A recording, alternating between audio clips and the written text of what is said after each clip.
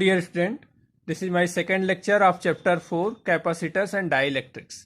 In this lecture we will discuss the concept of potential energy of a charge capacitor and capacitance of different types of capacitor like parallel plate capacitor, spherical capacitors and etc. Now let's start what is the potential energy of a charge conductor. In previous class I have already described the concept of capacitor. What is the capacitor? Capacitor is a device which store a charge and provide instantaneous energy. Capacitor is a charge storage device which provide instantaneous energy. पता करने के लिए कौन सा capacitor अच्छा है? To check the strength of a capacitor, we study about the capacitance. Capacitance of any capacitor tell us the capacity to hold the charge. And capacitance भी हमने प्रीवियस लेक्चर में डिटेल में डिस्कस किया हुआ है. हमने लास्ट लेक्चर में एक कैपेसिटर एक कंडक्टर का कैपेसिटेंस फाइंड आउट किया था. C is equal to Q upon V. Charge per unit voltage और charge per unit potential is called the capacitance. या फिर 1 वोल्ट पोटेंशियल में कितना, अगर किसी कैपेसिटर को किसी कंडक्टर को 1 वोल्ट पोटेंशियल दे रहे हैं, कितना चार्ज स्टोर हो रहा है, this is the capacitance of a conductor. Write heading in your copy: potential energy of a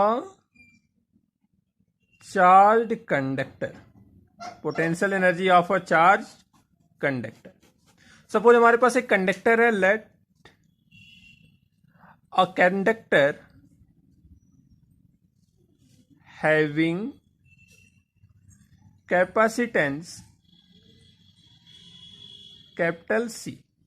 एक कंडक्टर इसके पास कैपेसिटेंस कितना है? कैपिटल C है. ऐसा हमने कंसिडर किया. हमने इसके पहले लेक्चर में एक कंडक्टर का कैपेसिटेंस फाइंड आउट भी किया है. Is given a charge Q. इसे हमने Q चार्ज दे दिया. देन पोटेंशियल इसका कितना होगा? हमें फॉर्मूला पता है. C is equal to Q upon V. Then V is equal to हम लिख सकते हैं V is equal to Q upon C. तो Q चार्ज हमने दिया. कैपेसिटेंस कितना है कंडक्टर का? Q अपॉन C हो गया. ये हो गया पोटेंशियल का formula in the terms of capacitance. हमें फाइंड आउट क्या करना है? पोटेंशियल एनर्जी फाइंड आउट करना है. पोटेंशियल एनर्जी किसके टर्म में? कैपेसिटेंस के टर्म में. ये इंपॉर्टेंट फॉर्मूला. इसके बेसिस पे हम एनर्जी लॉस और एनर्जी गेन पढ़ेंगे आगे क्लासों में. तो सबसे पहले V is equal to Q upon C हमें समझ में आ गया, क्योंकि कंडक्टर का कैपेसिटेंस कितना होता है? Q upon V. लास्ट पिछले लेक्चर में हमने डिटेल में इसे एक्सप्लेन किया हुआ है. आप पहला लेक्चर पढ़ो चैप्टर 4 का कैपेसिटर का, जिसमें हमने कैपेसिटर का कॉन्सेप्ट और एक कंडक्टर का कैपेसिटेंस फाइंड आउट किया. अब हमें कैपेसिटेंस पोटेंशियल पता हो गया कि Q अपॉन C होता है. हम अब कंसीडर करेंगे कि हमारे पास एक कंडक्टर है, एक स्फेरिकल कंडक्टर है, या फिर हमारे पास एक लॉन्गिट्यूडनल कंडक्टर है, और इसे हमने क्या दिया? चार्ज Q चार्ज दिया. कोई भी हमारे पास एक कंडक्टर है, कंडक्टर में जिसमें चार्ज फ्लो हो सके, कोई भी एक कंडक्टर था, इसको हमने Q चार्ज दिया. ये Q चार्ज इस कंडक्टर में स्टोर हो गया, और स्टोर होने के बाद जब भी हमें जरूरत पड़ी तो हम इस स्टोर चार्ज को वापस ले रहे हैं. इस पूरे सिस्टम को हमने नाम दे दिया था कैपेसिटर. तो कोई भी कंडक्टर कैपेसिटर की तरह एक्ट करेगा अगर वो चार्ज को स्टोर करे और हमें इंस्टेंट एनर्जी प्रोवाइड करे. तो ऐसा हमने कंसीडर कर लिया. लेटर कंडक्टर कंसीडर कर जिसके पास कैपेसिटेंस C है और उसे हम Q चार्ज प्रोवाइड कर रहे हैं. देन पोटेंशियल कितना हो जाएगा? Q upon C. फिर हम क्या कंसीडर करेंगे? The work done to bring the small charge dQ. एक dQ चार्ज को, जैसे हमने बताया कि किसी कंडक्टर को आप चार्ज दे रहे हो तो ये कंडक्टर क्या कर ले रहा है? इस चार्ज को स्टोर कर ले रहा है. फिर ये स्टोर चार्ज हमें इंस्टेंट प्रोवाइड कर रहा है. इसलिए हम इस पूरे सिस्टम को बोल दे रहे हैं कि conductor as a capacitor work कर रहा है. तो हमने ये कंसिडर किया कि इस dQ चार्ज को इस कंडक्टर में लाने में जो भी वर्क डन हुआ था, work done to bring the small charge dQ to the conductor तक लाने में कितना वर्क डन हो जाएगा? dW वर्क डन हो जाएगा. Small वर्डन dW. और हमें पता है कि स्मॉल वर्डन dW जो होता है हमारा पोटेंशियल एनर्जी के फॉर्म में हम लिख सकते हैं dW इज इक्वल टू, जैसे हमें पता है पोटेंशियल क्या होता है. पोटेंशियल का मतलब होता है to bring a unit positive charge. किसी यूनिट पॉजिटिव चार्ज को लाने में किया गया वर्क डन ही क्या कहलाता है? पोटेंशियल कहलाता है. तो यहाँ पे हम W is equal to small वर्डन अगर हो रहा है then d W is equal to हम कितना लिख सकते हैं, V इंटू क्यू लिख सकते हैं। तो हम यहाँ पे कितना लिख देंगे, V इंटू स्मॉल चार्ज को लेके आ रहे हैं देन डी क्यू हमने यहाँ पे लिख दिया। अब यहाँ पे हम इसे फॉर्म करेंगे, V की वैल्यू हम कितना लिख सकते हैं, Q अपॉन सी, कैपेसिटेंस के फॉर्म में Q अपॉन सी हो गया। और यहाँ पे हमने डी क्यू को लिख दिया और ये हमारा कितना हो गया, डी डब्ल्यू। ये तो हमारा स्मॉल वर्डन निकल गया। कौन सा स्मॉल वर्डन, इस कंडक्टर को चार्ज करने में, डी क्यू चार्ज देने में कितना वर्क डन करना पड़ा, दिस इज द स्मॉल। और यही वर्क डन स्टोर होगा एनर्जी के फॉर्म में, जिसे हम नाम देंगे पोटेंशियल एनर्जी। तो ये डी क्यू हो गया। अब हमें पता है कि जब भी हमें स्मॉल वर्क डन पता होता है उसे बड़ा करने के लिए हम क्या करते हैं, इंटीग्रेट करते हैं। देन इंक्रीज करने हम इसे इंटीग्रेट करेंगे तो कितना मिलेगा, W is equal to integration of Q upon C into D Q. ये जो डी क्यू की वैल्यू है ये इसकी लिमिट हम कहाँ से रखेंगे, तो 0 से क्यू तक, क्योंकि हमें पूरे कंप्लीट चार्ज की बात करें। हमें स्मॉल चार्ज के लिए तो निकालना नहीं, स्मॉल चार्ज के लिए तो हमें पता हो गया, हम पूरे सरफेस पे कितना चार्ज आ रहा है, यानी क्यू चार्ज के लिए अगर हम फाइंड आउट करेंगे तो लिमिट 0 टू क्यू रखेंगे। इसे हम सॉल्व करेंगे तो ये सी जो आपका होगा ये कांस्टेंट हो जाएगा, 1 अपॉन सी आउट बाहर हो जाएगा। एंड ये आपका q इंटू डी क्यू को जब इंटीग्रेट करेंगे तो ये आपका हो जाएगा क्यू स्क्वायर अपॉन में 2, क्योंकि हमें फॉर्मूला पता है integration of, suppose x into D x अगर लिखा हो इसका इंटीग्रेट करेंगे तो हम कितना लिखते हैं, x के पावर n+1 अपॉन n+1। यहाँ से हमने लिख दिया कि x का पावर, यहाँ पे x की जगह पे q है, q के पावर 2 अपॉन 2, ये हो जाएगा। अब इसकी लिमिट कितना है, 0 से कैपिटल Q तक है। तो यहाँ से हम इसे सॉल्व करेंगे then W is equal to कितना हम लिख सकते हैं, हाफ इंटू, ये देखो ये 2 आपका बाहर निकल जाएगा, हाफ C बाहर हो जाएगा। ये Q के जगह पे एक बार अपर लिमिट रखेंगे तो half C into Q square, ये हो जाएगा। अब इसे हम एक और फॉर्मूले बना सकते हैं, क्योंकि हमें पता है इस फॉर्मूले से C is equal to Q upon B से Q इज इक्वल टू क्या हो जाएगा, C इंटू बी। तो Q is equal to C into B. इस Q की वैल्यू अगर हम पुट करेंगे तो यहाँ पे कितना हो जाएगा, W is equal to 1/2 into C. यहाँ Q की जगह पे C इंटू वी स्क्वायर रखेंगे तो C square into V square, ये C स्क्वायर से कैंसिल आउट हो जाएगा।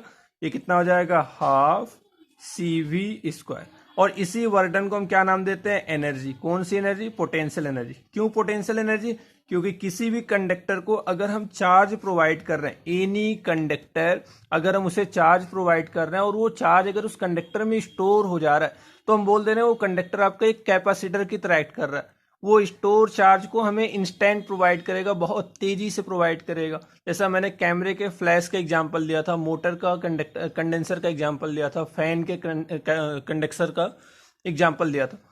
अब यहाँ पे हमने एनर्जी फाइंड आउट कर लिया है। जो फॉर्मूला आपको हमेशा याद रखना है, हाफ CV स्क्वायर या फिर हाफ क्यू स्क्वायर अपॉन सी। ये दो फॉर्मूले आपको हमेशा याद रखना है पोटेंशियल एनर्जी के लिए। इसका मतलब जो पोटेंशियल एनर्जी होता है किसी भी कंडक्टर का, वो किन किन बातों पे डिपेंड करता है, एक तो क्यू स्क्वायर पे डिपेंड करता है, एक वी स्क्वायर पे डिपेंड करता है। इट मीन्स कि अगर मैं इसका ग्राफ बनाऊं तो इसका जो ग्राफ होगा वो कैसा होगा, ये आपका क्यू की वैल्यू देखो, यहाँ पे potential energy U is equal to, या फिर इसी वर्डन को हम क्या बोलते हैं, एनर्जी बोलते हैं। Potential energy is equal to half C Q square. It means कि क्यू स्क्वायर, क्यू की वैल्यू बढ़ेगा तो U भी क्या होगा, बढ़ेगा। तो ये क्यू की वैल्यू अगर बढ़ेगा तो U भी इंक्रीज करेगा। इट मीन जो इसका ग्राफ होगा वो कुछ इस तरीके से होगा। एंड V के रिस्पेक्ट में अगर मैं इसका ग्राफ बनाऊं तो V का भी सेम होगा। ये Q आप लिख सकते हो या फिर V लिख सकते हो, दोनों का ग्राफ जो होगा क्या हो जाएगा, सेम हो जाएगा। U एंड Q के बीच का, U एंड V के बीच में।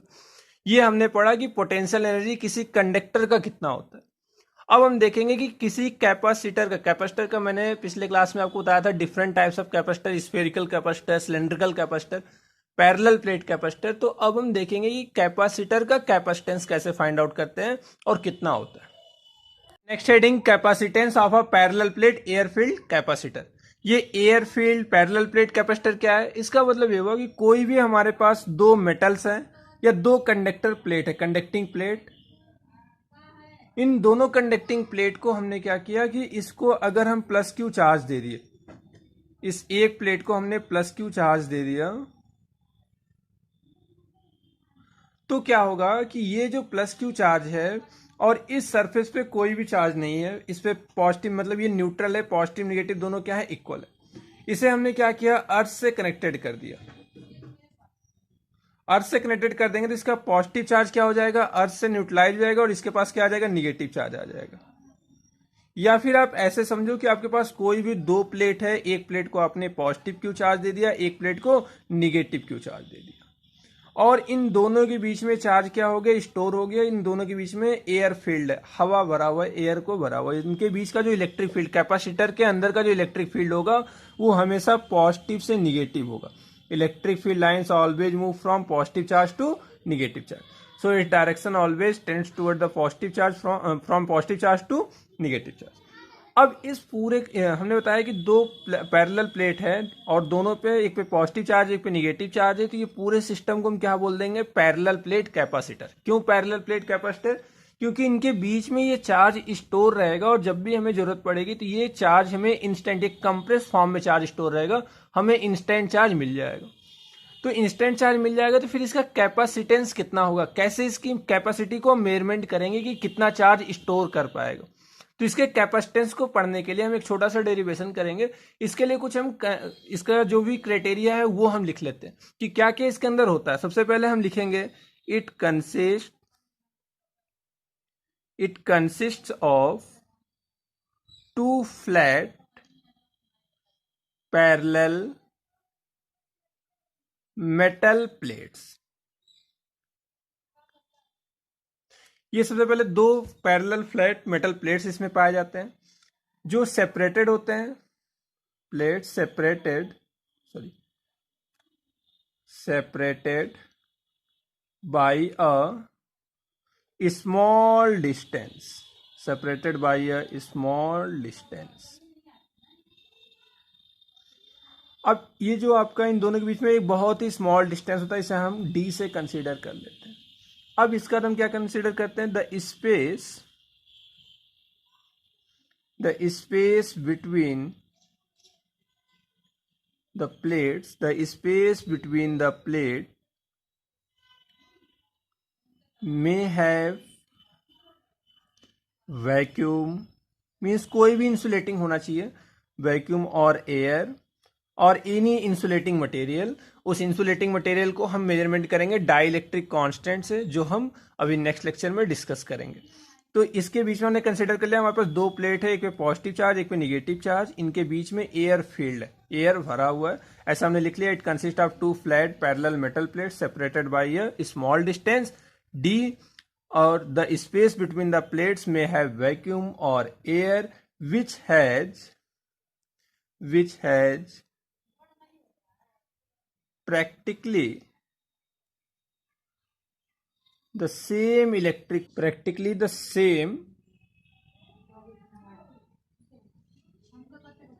electrical properties। अब यहां पे कुछ हम कंसीडर कर लेंगे क्योंकि हम डेरिवेशन करने जा रहे हैं। लेट कैपिटल ए क्या हो जाएगा, इसका एरिया हो जाएगा। Capital A is the area of each plate, क्योंकि ये आपका फ्लैट प्लेट है इसलिए हमने इसका एरिया क्या कंसीडर कर लिया, कैपिटल ए।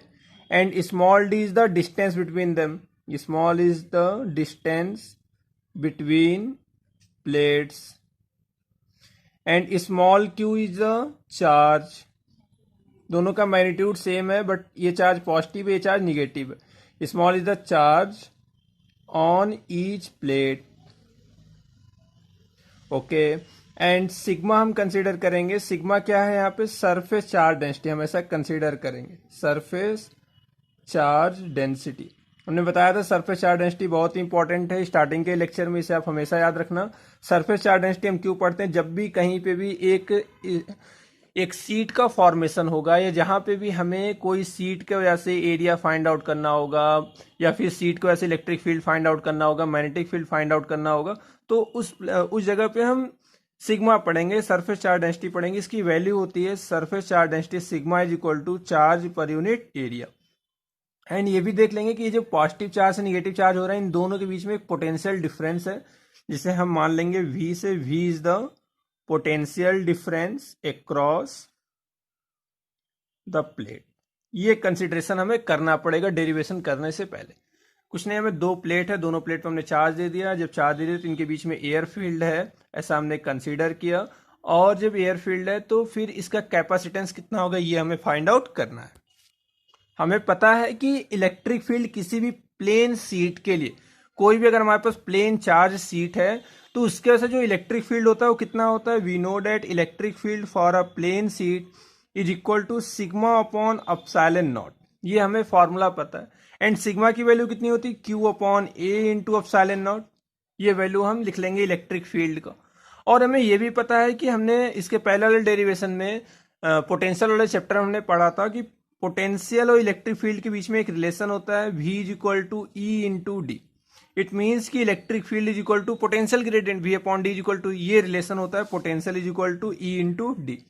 तो यहां से हम अगर E की वैल्यू को पुट करें तो E की वैल्यू हो जाएगा Q upon A epsilon naught into D, यहाँ पे आ जाएगा। ये हमारे V की वैल्यू पता चल गया। अब यहां से हमें क्या पता है, V इज इक्वल टू क्या होता है, यहां से हम कितना लिख सकते हैं, V is equal to E D is equal to Q upon A epsilon naught into D हो गया। इसका मतलब कि हम यहाँ पे लिख सकते हैं V is equal to Q D upon A epsilon naught. अब इस अगर Q को हम इधर शिफ्ट करें तो Q upon V upon Q, this will equal to D upon A epsilon naught. हमें क्या फाइंड आउट करना है, कैपेसिटेंस फाइंड आउट करना है। और कैपेसिटेंस का फॉर्मूला हमें क्या पता है, we know that capacitance C is equal to Q upon V। और यहाँ पे क्या है, V अपॉन Q। तो अगर मैं इसे उल्टा कर दूं, इसे मैं इसका रेसिप्रोकल अगर मैं ले लूं तो ये कितना हो जाएगा, V अपॉन Q को हम कितना लिख सकते हैं, Q upon V, this will equal to A epsilon naught upon में D। Epsilon naught A upon D, ये हो जाएगा हमें C की, क्योंकि Q अपॉन V क्या होता है, C होता है। ये कैपेसिटेंस का फॉर्मूला मिल गया, किसके लिए, एयर फील्ड कैपेसिटर के लिए। तो हम यहां पे लिख सकते हैं कि capacitance C is equal to A epsilon naught upon में D। This is the formula of air field parallel plate capacitor. अगर यहीं पे हमें एयर के जगह पे कोई और मटेरियल भरा हो, दूसरा कोई प्लास्टिक भरा हो या फिर पेपर फील्ड हो, फिर उसे हम क्या करेंगे, तो उसके लिए हम क्या करेंगे, जो कैपेसिटेंस का जो फॉर्मूला आया हुआ है, इसी फॉर्मूले में C is equal to A epsilon naught upon D, इसको हम क्या करेंगे, इसके जो भी मटेरियल भरा होता है, मान लो यहाँ पे अगर प्लास्टिक भरा हुआ है या पेपर भरा हुआ है, तो उस मटेरियल का एक डाइलेक्ट्रिक कांस्टेंट होगा, एक न्यूमेरिकल वैल्यू होगा पर्टिकुलर। उस डाइलेक्ट्रिक कांस्टेंट से हम क्या कर देंगे, मल्टीप्लाइड कर देंगे। ये हमारा कैपेसिटर किसके लिए हो जाएगा, capacitance for any material field, कोई भी मटेरियल अगर भरा हुआ तो उसके लिए कैपेसिटेंस हो जाएगा। तो ये हमने कैपेसिटेंस देखा है पैरेलल प्लेट कैपेसिटर के लिए। अब हम देखेंगे कि स्फेरिकल पैरेलल प्लेट, अगर स्फेरिकल पैरेलल प्लेट कैपेसिटर है फिर उसके लिए फॉर्मूला कितना होगा, कैपेसिटेंस कितना होगा, और फिर उसके बाद हम पढ़ेंगे energy losses. Thank you very much.